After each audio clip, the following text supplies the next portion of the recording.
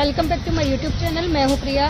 तो फ्रेंड्स, अभी हम लोग जा रहे हैं स्मृति वन, और ये एक म्यूजियम है जो कि हमारे प्रधानमंत्री श्री नरेंद्र मोदी ने, जो गुजरात में बहुत बड़ा भूकंप आया था 2001 में, और उसमें बहुत सारे लोगों की जान चली गई थी, उनकी स्मृति में ये म्यूजियम बनाया गया है।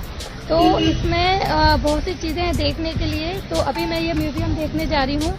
तो चलिए देखते हैं इस म्यूजियम में क्या क्या देखने के लिए मिलता है। स्मृति वन अर्थक्वेक म्यूजियम।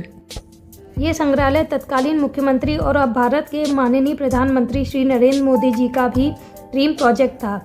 इस परियोजना का उद्घाटन भी प्रधानमंत्री ने ही 28 अगस्त 2022 को किया था। उद्घाटन के बाद एक सार्वजनिक भाषण में उन्होंने कच्छ के लोगों और उनके मेहमानों से अनुरोध किया था कि वे स्मृति वन, भूकंप स्मारक और संग्रहालय का दौरा किए बिना कच्छ ना छोड़ें। कच्छ की यात्रा के लिए सबसे अच्छा मौसम सर्दी है। अक्टूबर के माध्यम से मार्च की शुरुआत तक इन महीनों में पर्यटन के लिए आदर्श मौसम होता है, क्योंकि तापमान 25 से 12 डिग्री सेल्सियस तक रहता है। इसके अलावा यह विश्व प्रसिद्ध रण उत्सव में भाग लेने के लिए सबसे सही समय होता है। तो यहाँ पर खाने पीने की चीज़ ले जाना अलाउ नहीं है, तो आपको जो भी सामान है बाहर ही रखना पड़ेगा। ये संग्रहालय मंगलवार से रविवार तक ओपन रहता है, और इसका खुलने का जो समय है वो मॉर्निंग 5 o'clock से 11 बजे तक होता है, और 11 बजे से इवनिंग 7 बजे तक ये ओपन रहता है, और सोमवार के दिन क्लोज रहता है। इस संग्रहालय में स्थानीय स्तर पर 1.1 मेगावाट का सौर ऊर्जा संयंत्र स्थापित किया गया है, जो संग्रहालय और स्मारक को ऊर्जा प्रदान करता है। इस सौर ऊर्जा संयंत्र का उद्देश्य एक आत्मनिर्भर नवीकरणीय हरित ऊर्जा प्राप्त करना है, जो भविष्य के सभी प्रतिष्ठानों के लिए मार्ग प्रशस्त करती है।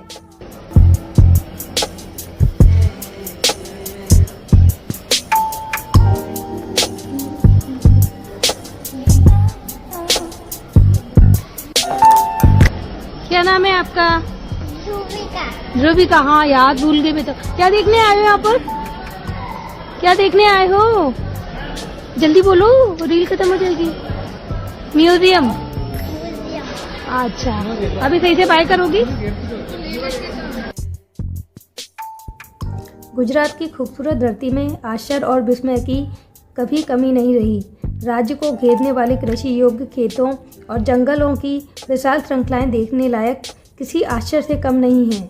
इस सूची में एक और रत्न जोड़ते हुए भारत का सबसे बड़ा स्मारक और संग्रहालय हाल ही में कच्छ के क्षेत्र में भुज में जनता के लिए खोला गया है, जिसका अनुवाद स्मृतियों का जंगल भी किया जा सकता है।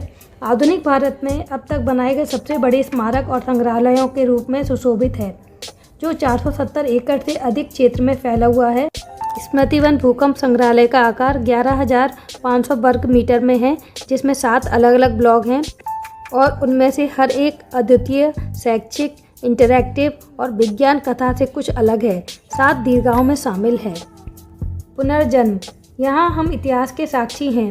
पृथ्वी के विकास, लाखों वर्षों में भू आकृतियों के उपद्रव, और जिस भूमि पर हम रहते हैं उसकी उत्पत्ति के बारे में जानकारी। द्वितीय को कच्छ क्षेत्र में समृद्ध प्राचीन मानव सभ्यताओं, गुजरात के प्राचीन व्यापार मार्गों और उसकी उन्नति और लचीलेपन की कहानी की झलक मिलती है।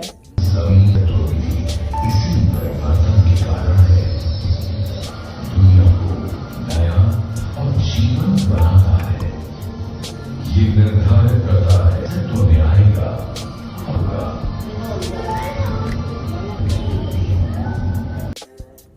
2001 में भूकंप पीड़ितों के शोक संतप्त परिवारों के लिए बनाया गया स्मृति वन एक तीर्थ स्थल है, जो कच्छ के लोगों की दृढ़ता और श्रद्धा की प्रशंसा करता है, और प्रकृति में सुकून पाने वालों के लिए एक आश्रय स्थल है।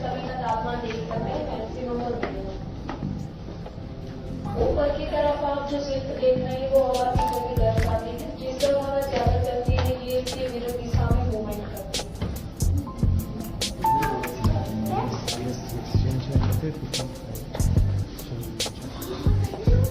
यहाँ पर हम पृथ्वी की रचना, बनावट और परिवर्तन के बारे में जानेंगे। यहाँ पर 4 विंडोज हैं, मैं 1 by 1 एक्सप्लेन करूंगी, आपको देखते हुए आगे आना। फर्स्ट विंडो में पृथ्वी का केंद्र दिखाया गया है, जिसका तापमान है 5423 डिग्री सेल्सियस और ऐसा माना जाता है कि सूर्य से सतह करीब है।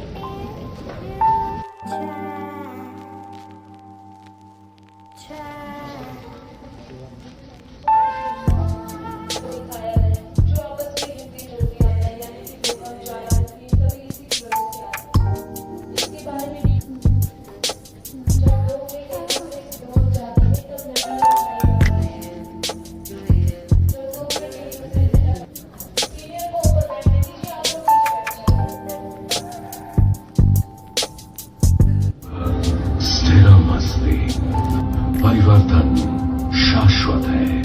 यह पृथ्वी जो मनुष्य का एकमात्र निवास स्थान है, निरंतर परिवर्तन से गुजरती रही है।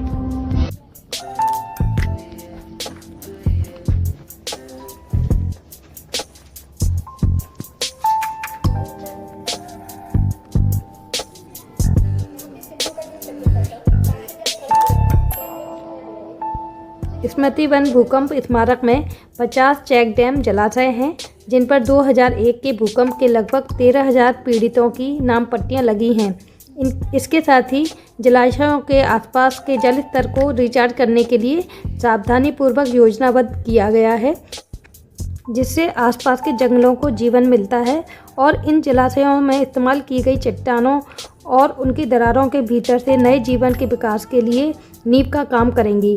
संग्रहालय का प्रत्येक तत्व पुनर्जन्म, स्थिरता और बेहतर भविष्य की आशा पर केंद्रित है। संग्रहालय के खुलने के साथ ही 2 दशक से भी अधिक समय पहले खोई गई निर्दोष जिंदगियों को अब अमर कर दिया जाएगा और भावी पीढ़ियों के लिए स्मरणीय बनाया जाएगा।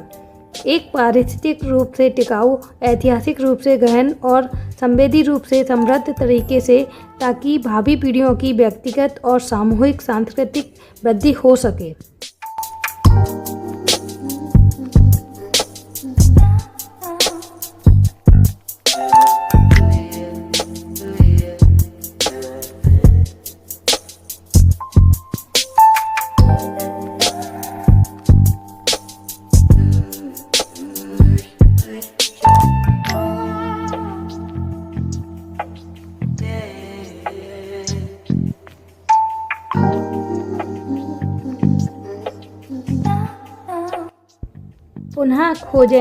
पुनः खोजें के माध्यम से ब्लॉग में हम कच्छ की लचीली प्रकृति, गुजरात के लोगों की अभिनव भावना और गुजरात में कई प्राकृतिक घटनाओं के कारणों का अनुभव करते हैं। गुजरात क्षेत्र की विविध प्राकृतिक विशेषताओं की खोज करें और असंगत प्राकृतिक घटनाओं के साथ इसके संबंध को समझें। इंटरैक्टिव मॉडल और इमर्सिव फिल्मों के माध्यम से अनिश्चित वातावरण वाले क्षेत्रों के लोगों की कमजोरियों, उल्लेखनीय, अनुकूल और लचीली प्रतिक्रियाओं को देखें।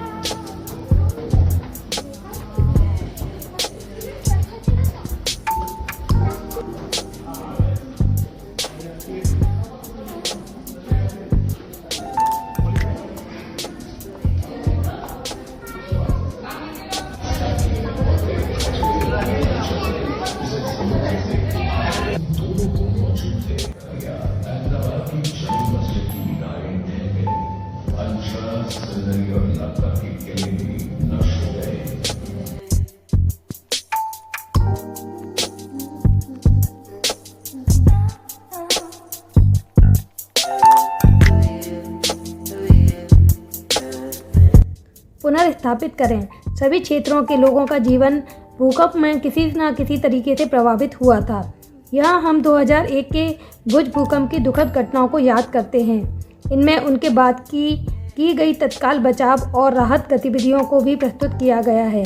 भूकंप से बचे लोगों की विविध गवाही और यादों को छुएं, सुनें और उनमें डूब जाएं। साथ ही गुजरात और भारत भर के पीड़ितों के प्रियजनों की यादों को भी याद करें।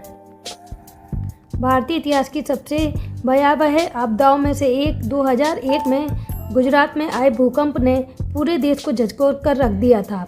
रिएक्टर पैमाने पर 7.9 तीव्रता का भूकंप, जिसका केंद्र भुज था, आज भी इसे देखने वाले हर व्यक्ति की रूह कांप जाती है।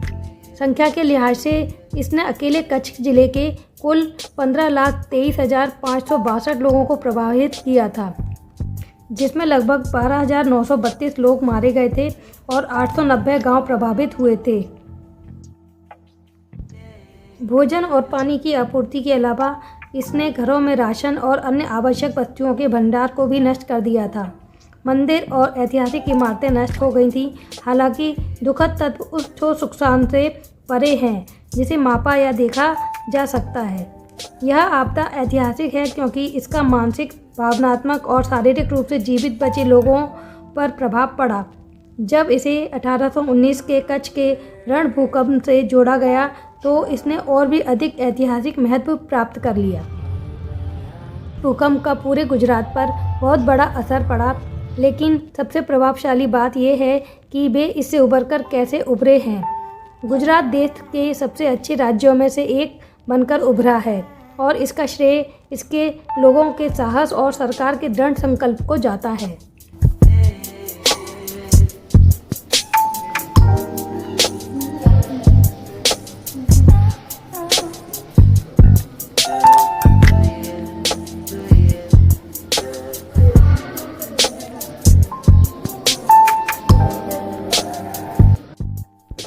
पुनर्निर्माण। यह ब्लॉग हमें दीर्घकालीन आपदा न्यूनीकरण के लिए गुजरात के पुनर्निर्माण और पुनरुद्धार की सामूहिक प्रक्रिया की व्यापक समझ देता है। ये 2001 के भूकंप के बाद गुजरात के पुनर्निर्माण के लिए किए गए सामूहिक प्रयास को भी दर्शाता है। इस ब्लॉग में आप देख सकते हैं कि भूकंप के कुछ हफ्तों के भीतर गठित एक शीर्ष निकाय ने कैसे समय पर पुनर्वास, पुनर्निर्माण और पुनर्प्राप्ति सुनिश्चित की थी।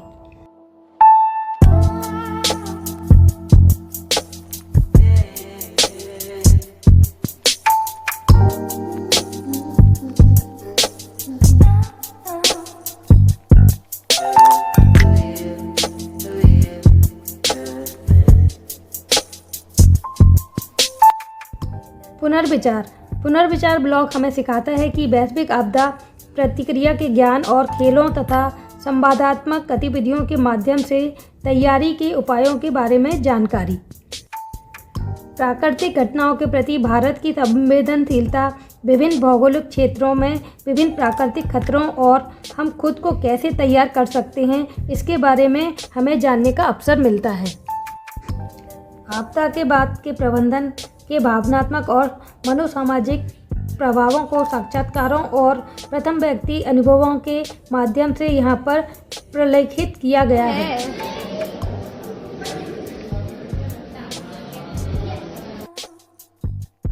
तो हमने गुजरात को कैसे हिला दिया, कैसे इमारतें ढह गईं और कैसे जीवन घातक बन गया। अत्याधुनिक 360 डिग्री परिवेश सिमुलेशन में दुनिया के सबसे बड़े सिमुलेशन अनुभव के साथ आप महसूस करेंगे कि धरती आपके पैरों के नीचे से खिसक गई है और 2001 के भूकंप में लोगों ने जो झटके महसूस किए थे उन्हें वास्तविक तरीके से अनुभव करेंगे।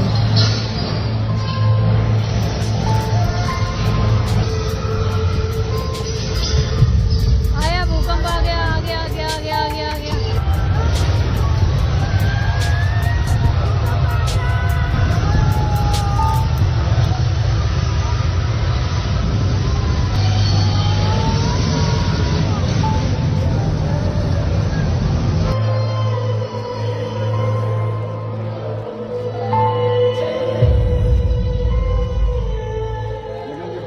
इसमें स्मृति वन का एक पेड़ भी है जो एक अनंत कमरे के अंदर मौजूद है। यहाँ आप संदेश के रूप में शाखाओं पर कागज से बनी पंखुड़ियों को जोड़ सकते हैं और अपने संदेश लिख सकते हैं।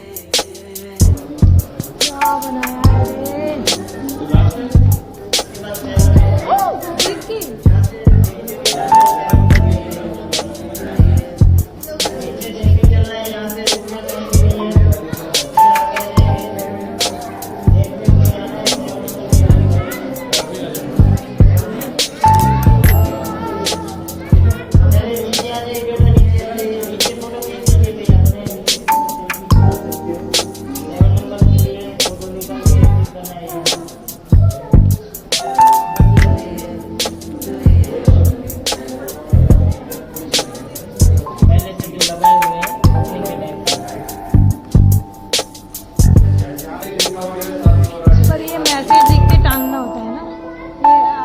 के शेप में बना रखा है, बढ़िया।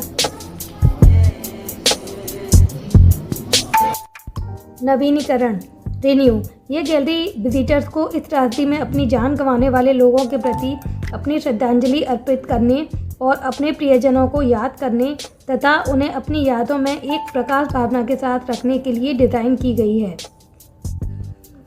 उन्हें याद करने के लिए विजिटर्स टच पैनल के माध्यम से एक डिजिटल लौ जलाएंगे जो डिजिटल LED दीवारों से छत तक जाएगी और एक संयुक्त प्रकाश का निर्माण करेगी।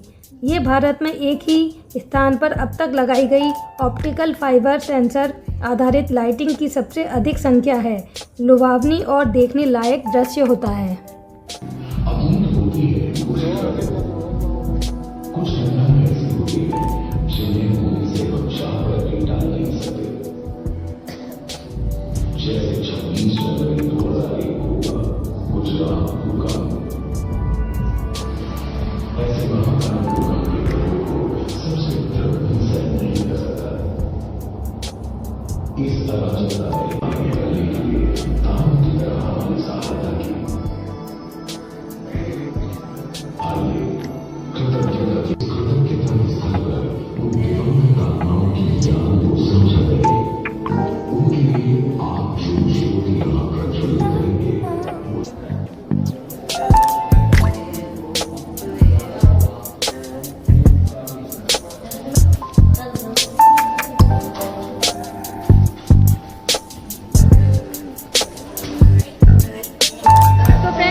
स्मृति वन जो कि काफ़ी खूबसूरत है और बहुत अच्छे से चीज़ें एक्सप्लेन की गई हैं। तो पहले हम लोग मांडवी बीच जाने वाले थे, लेकिन फिर बाद में हमने सडनली अपना प्लान चेंज किया। तो फ्रेंड्स, ये म्यूजियम वाकई काफ़ी खूबसूरत है, बहुत अच्छे से प्लान किया गया है। तो आप इस म्यूजियम को ज़रूर देखने आइएगा, मिस मत कीजिएगा। तो चलिए, आज के लिए बस इतना ही, फिर मिलूंगी नेक्स्ट ब्लॉग में। तब तक के लिए बाय बाय।